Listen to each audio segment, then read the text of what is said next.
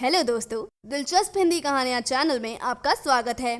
यह कहानी शुरू होने से पहले जल्दी से हमारे चैनल को सब्सक्राइब करके बेल आइकन दबा दीजिए, क्योंकि हम आएंगे हर बार एक नई कहानी के साथ। रामपुर नाम के गांव में दीपक नाम का लड़का अपनी बहन सुमन और माँ उषा के साथ रहता था। दीपक गांव में ही एक चीनी मिल में काम करता था। उसके पिता भी उसी चीनी मिल में काम करते थे। पिछले साल ही उसके पिता दीपेंद्र की मौत हो गई, क्योंकि उसके पिता को कैंसर था और उसी के लिए उन्होंने साहूकार से 5 लाख रुपए उधार लिए थे। दीपक के पिता तो बच नहीं पाए, पर सारे कर्जे का भार दीपक पर आ गया। इसीलिए दीपक ने अपने पिता की जगह उसी मिल में काम करना शुरू कर दिया। दीपक बेटे, कल वो साहूकार आया था, अपने पैसे मांग रहा था। मैंने उसे कैसे न कैसे करके टाल दिया, पर बेटा हमें कुछ तो करना होगा। माँ, मैंने 50,000 रुपए तो जोड़ लिया है। तुम कल वो पैसे उस साहूकार को दे देना। बाकी के पैसे भी मैं धीरे धीरे चुका दूंगा। अगले दिन उषा साहूकार को जाकर पैसे दे देती है। उषा, यह तो 50,000 है, बाकी के कब दोगी?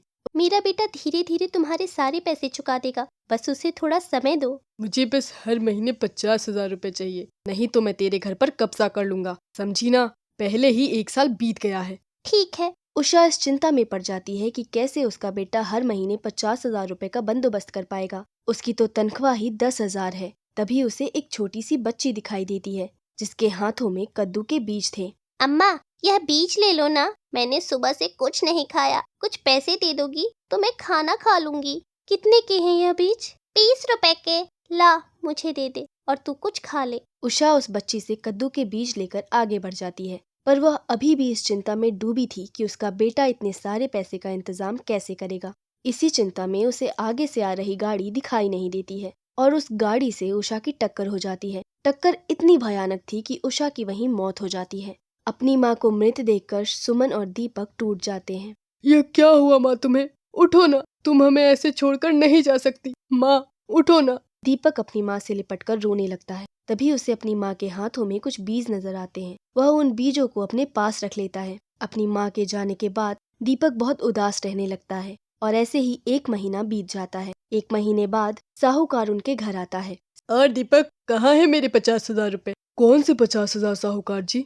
कौन से पैसे? मैंने तेरी माँ से कहा था कि हर महीने मुझे 50,000 रुपए चाहिए, नहीं तो मैं तुम्हारे घर पर कब्जा कर लूंगा। अब तू पैसे दे या फिर अपना घर। साहूकार जी, मुझे इस बारे में कुछ नहीं पता था, नहीं तो मैं कैसे न कैसे करके आपके पैसे का इंतजाम कर लेता। आप मुझे कुछ समय की मोहलत दे दीजिए, मैं 1-2 दिन में आपके पास पैसे लेकर आता हूँ। ठीक है, दी 2 दिन की मोहलत, पर अगर तू इन 2 दिनों में भी पैसों का इंतजाम नहीं कर पाया तो फिर मुझसे किसी दया की उम्मीद नहीं रखना। साहूकार ऐसा कहकर वहाँ से चला जाता है। भैया, आपने उस साहूकार से तो कह दिया, पर आप 2 दिनों में 50,000 रुपयों का इंतजाम कैसे करोगे? तू चिंता मत कर सुमन, मैं देख लूंगा। दीपक अपने मालिक के पास मदद के लिए जाता है, पर उसका मालिक भी उसे पैसे देने से मना कर देता है। दीपक अपने कुछ रिश्तेदारों के पास भी जाता है, पर वो तो दीपक से बात करने से भी इनकार कर देते हैं। इसी चिंता में रात भर दीपक को नींद नहीं आती और वो अपनी माँ को याद करने लगता है। तभी सपने में उसकी माँ उषा आती हैं और दीपक से कहती हैं, मेरे बच्चे, रो मत, मैं हूँ ना। माँ, तुम मुझे छोड़कर चली गई, मैं अब अकेला पड़ गया हूँ। साहूकार के पैसे कैसे चुकाऊंगा? अगर परसों उसे पैसे नहीं दिए तो वो हमारा यह पुश्तैनी घर हमसे छीन लेगा और हम सड़क पर आ जाएंगे।